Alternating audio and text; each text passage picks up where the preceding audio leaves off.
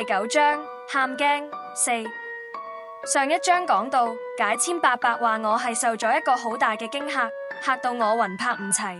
我即刻諗起一件事，呢件事係響我4歲時發生。以前細個時，家家戶戶嘅細路都會響屋企出面個走廊同其他小朋友一齊玩。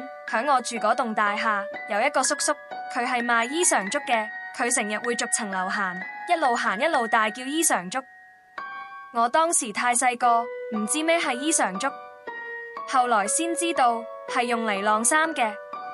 不過通常我只係聽到佢把聲，未見過佢真人。而我姐姐貪玩，成日嚇我，話嗰個男人係拐子佬，所以每次聽到佢把聲，我就會好驚，即刻衝返入屋。直到有一次，佢響我住嗰層樓大叫衣裳竹，我驚到癲咗，係咁喊。當時我覺得我會俾佢捉走，可能就係咁呢件事，導致到我三魂七魄唔齊。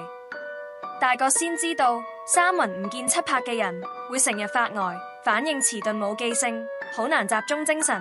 難怪以前讀書明明好專心聽書，但莫名其妙到連老師叫做咩功課，成日我都唔記得。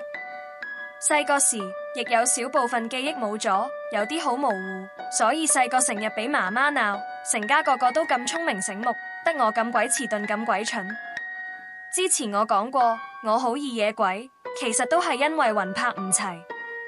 發生咁多冇辦法解釋嘅事，謎底終於解開。之前一直以為鬼魂成日扮我，點會諗到原來嗰係我自己嘅魂魄嚟呢？伯伯教我哋點做喊驚，我盡量憶述翻當時嘅過程。不過始終過咗太多年，可能有啲地方會記錯，請各位唔好見怪。首先準備一件我着過嘅衫，燒完家衣之後，將件衫鋪響地下，要我爸爸或媽媽響我着過件衫上面拍3下，大叫我個名，阿眉返嚟啦。然後拎埋件衫，一路返屋企，一路叫阿眉返嚟啦，直到返到入屋。入到屋後，將件衫鋪響我張床上面。唔知係咪心理作用，當拍我最後嗰一次時，我整個人好似觸電咁，震咗一下，整個儀式就完成啦。經過依次喊驚之後，我個人冇以前咁遲鈍，記性好咗，人都清醒啲，亦冇再發夢見到自己。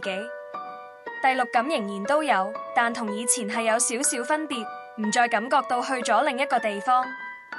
解簽嗰位伯伯依家已經不在人世，我覺得佢真係好犀利，一支簽就知道咁多嘢，而纏繞咗我10幾年的事終於告一段落。